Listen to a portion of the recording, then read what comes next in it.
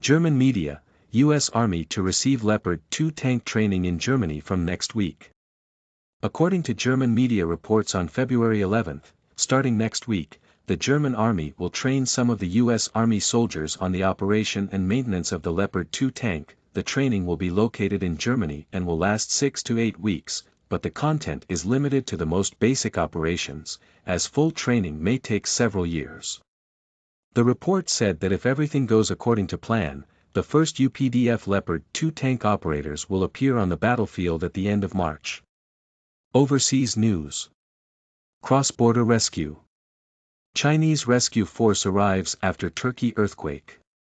At 4:17 a.m. local time on February 6, a 7.8 magnitude earthquake struck Turkey, and on February 8, at the request of the Turkish government, a Chinese rescue team consisting of personnel from the Beijing Fire Brigade, the China Earthquake Emergency Search and Rescue Center, and the Emergency General Hospital arrived in the affected area without incident.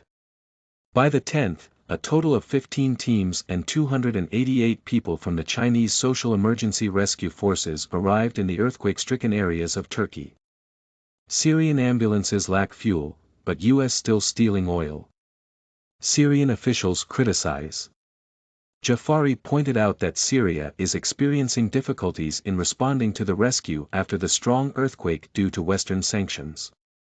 The UN sent its first humanitarian aid convoy to Syria only yesterday. Unfortunately, the West has politicized everything, even humanitarian aid. Imagine, our ambulances don't even have fuel to transport the wounded, while the US has been stealing our gas and oil and shipping it to third countries.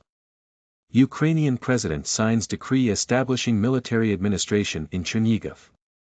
Ukrainian President Zelensky signed a decree establishing a military administration for the city of Chernihiv, but the head of the new department is still unknown, TASS reported on 11 local time, citing Ukraine's Union news agency.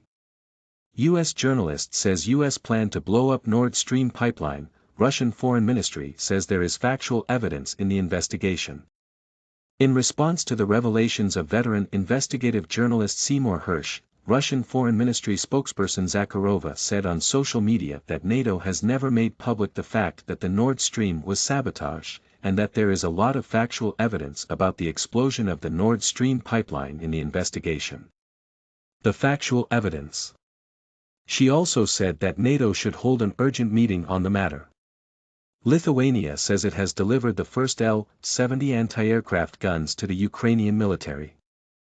On February 11, the Lithuanian Defense Ministry said that the first batch of L-70 anti-aircraft guns supplied by Lithuania to Ukraine had been delivered to the Ukrainian military, but did not reveal the exact number of the first batch of equipment. In addition, 15 Ukrainian soldiers have been trained by Lithuanian instructors in recent weeks on how to use the weapons. Emergency. U.S. military says it sent warplanes to check Montana airspace for radar anomalies, and found none. According to AFP News, the U.S. military said on the 11th local time closed part of Montana airspace, and sent a warplane to investigate the radar anomaly situation, but the warplane did not find any anomaly in the airspace involved. The report said that the situation occurred in the United States and Canada joint operation shot down the northern Canadian airspace a few hours after the unknown object. Former Austrian Foreign Minister, sabotage of Nord Stream is an act of terrorism. Former Austrian Foreign Minister Karen Knissel, many European countries are pointing the finger at Russia for blowing up the pipeline, which is nonsense. Since 2018, the U.S. has been determined to make sure